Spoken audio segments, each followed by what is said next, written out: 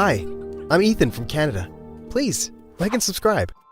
Ever since I could remember, I'd lived with my uncle, who loved me like I was his own son. And I adored him too. He owned an auto company, and when I was 5, he took me to a showroom one day and showed me all the beautiful cars he owned. Can I drive this one, Uncle? One day you will, son, as soon as you're tall enough.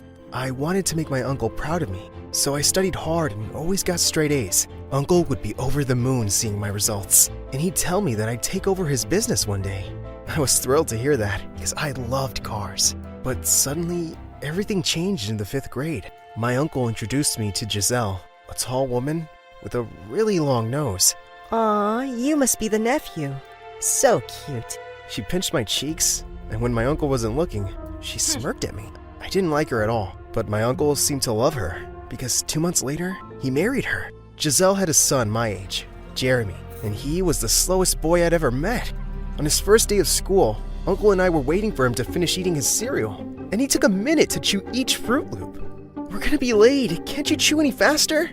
He then took the bowl and tried to drink down his cereal, but ended up messing his clothes. Ethan, look what you made Jeremy do. Now you'll both be so late for school. How is it my fault? Well, I can't wait any longer, so you take them to school, Giselle. We got to school 2 hours late that day.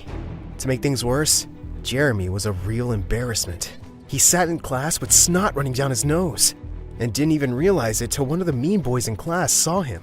Look, everyone, the new guy has some disgusting goo on his face. The entire class burst out laughing. And then Jessica, one of the prettiest and richest girls in the school, handed Jeremy a tissue and frowned at the mean boy. Why do you always have to be so rude? Leave the poor guy alone. Later that day, I caught up with Jessica and thanked her for standing up for Jeremy. I just don't understand mean people. It's so much easier to be kind. Well, it's not easy for everyone. You're just one of the kindest people around. Thank you, Ethan. She kissed my cheek and ran off. I liked her ever since we were little kids. So that kiss gave me butterflies in my tummy. As time went by, I found myself taking care of Jeremy like I was his babysitter, because Giselle kept asking me to help him. Like when we were in the 8th grade, Jeremy was failing his subjects miserably, and every day after school I had to tutor him, which wasn't easy. So when you're breaking down a sum, this is how you do it. Instead of listening to me, he'd be playing on his phone. Yeah. Can we please focus on homework right now? Oh yeah. What were you saying? He was a frustrating student, but I kept trying because I kind of felt sorry for him. Without some help, his future was doomed. But even though I made so much effort with Jeremy, Giselle never appreciated it and was always unpleasant with me. Like once at dinner, when I wanted a second helping of food, she looked at me like a witch. So greedy. You should feel lucky that you're even eating with us at the same table. What's that supposed to mean? You'll see one day. She would speak in such riddles often, but always when Uncle wasn't around. And then one day in the 10th grade, I came home to the worst news ever. Giselle told me that Uncle had been arrested for fraud. I just didn't believe it. My uncle was no criminal, but apparently he'd been stealing money from his biggest investor, and he was sentenced to jail for 10 years. I wanted to see him, but Giselle said only she had visiting rights as his wife. I was devastated, but Giselle seemed over the moon. Just one day after Uncle's sentence, she invited her friends over and stayed up all night, laughing and dancing to loud music.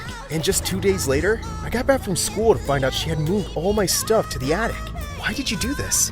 That room was just too big for a boy like you. So Jeremy will be moving in there now. I'm moving my stuff back. Listen here, you poor rat. I'm in charge now, and what I say goes. You're gonna pay for this. She laughed out like a witch, and then suddenly slipped and fell down a couple of stairs on her butt. I told you, you'll pay for this. I made myself comfortable in the attic, but as days passed, things got worse for me. I was no longer allowed to eat at the dinner table or watch TV in the lounge. Giselle fired our butler, saying it was too expensive to pay him. So she gave me and Jeremy chores, but I seemed to be the one doing all of them. Jeremy was still a weird guy, but he wasn't evil like his mom. One day, he brought me some dessert to the attic. I'm really sorry about the way my mom treats you. It's okay, bro. I won't live here forever. When I'm done with school, I'll leave and live my life. Giselle even stopped driving me to school, and Jeremy would roll down his car window and watch me walk till I was left far behind. I knew he felt bad, but I understood he wasn't strong enough to stand up for me. One day in 11th grade, I was walking to school when I noticed an old man fixing some broken down cars, and a sign next to him said that he was looking for a part-time assistant. Can I apply for this job? Oh, and what do you know about cars? Quite a lot. My uncle taught me everything. The old man tested me and was quite impressed by my knowledge. He hired me, and I was so happy because, of course, Giselle had stopped my allowance. One afternoon, he sent me to a rich man's house to fix his Ferrari. It was more like a palace. While I was fixing the car, I started getting hot, so I took off my shirt. Moments later, I heard giggling from behind a wall, and I peeked around and found Jessica there. Jessica, you live here? Yes, this is my house. You fix cars? She kept looking at my abs. I could swear she was blushing slightly. Yeah, this is my part-time job. Cool. Do you want to take a break and have a soda with me? Yeah, that would be cool. I couldn't believe that I was at Jessica's house, hanging out with her. I had given up trying to speak with her ages ago because she was always surrounded by the most popular guys in school. I don't see you much in school these days. I'm usually at the library studying hard so that I can get a scholarship. You haven't changed a bit. You're still the same sweet nerd boy. Nerd boy? I did say sweet too. Come on, I want to show you something. She took me to a cottage at the back, which was a nursery for the plants and flowers. This is what I love doing, being around nature. Wow, this is amazing. But then suddenly, she screamed and practically jumped into my arms. What is it? A lizard! But that's part of nature, isn't it? I only love plants, not creepy crawlies. I laughed, picked up the lizard, and made it crawl away in a different direction. When I turned around, she was standing right behind me, and her face was so close to mine. My heart raced as I looked at her lips. But suddenly her dad called for her. As he saw us coming out of the cottage, he looked at me, sternly. I just couldn't stop thinking about Jessica. The next day when I saw her in school, my heart skipped a beat and she smiled at me. But then all of a sudden, Jeremy came up behind me. Hey, why is Jessica looking at you that way? I don't know, maybe she likes me. When I said that, Jeremy's expression changed. Well, that can't be, because I loved her since the day I joined this school. While Jeremy was talking about his feelings, Jessica suddenly approached me and asked if I'd help her with math during recess. I gladly said yes, but Jeremy glared at me like his mother.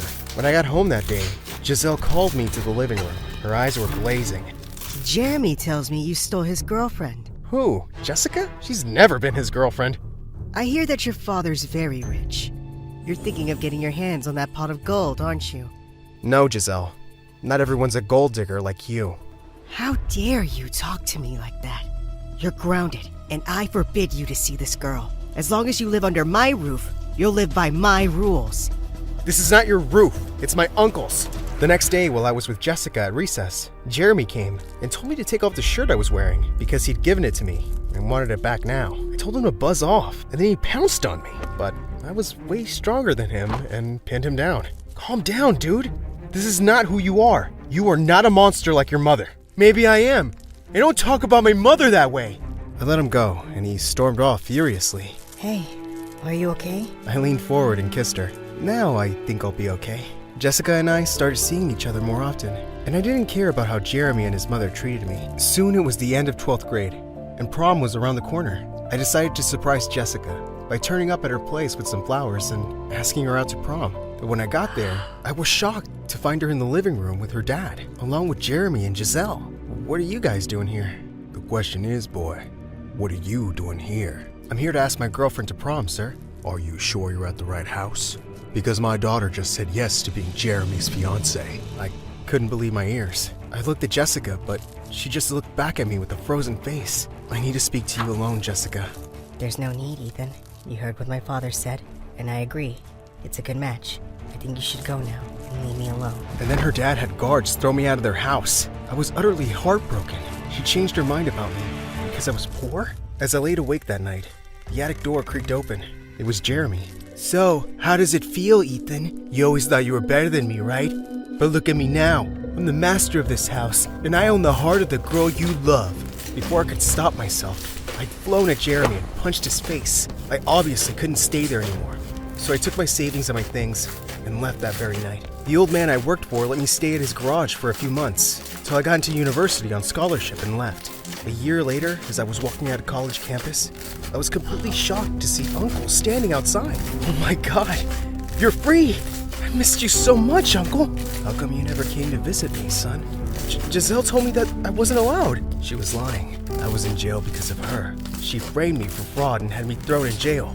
But my lawyers had found proof of her guilt, and soon she will be behind bars. And so she was. It was the happiest day of my life when she got arrested, and Jeremy was sent off to live with relatives in another city.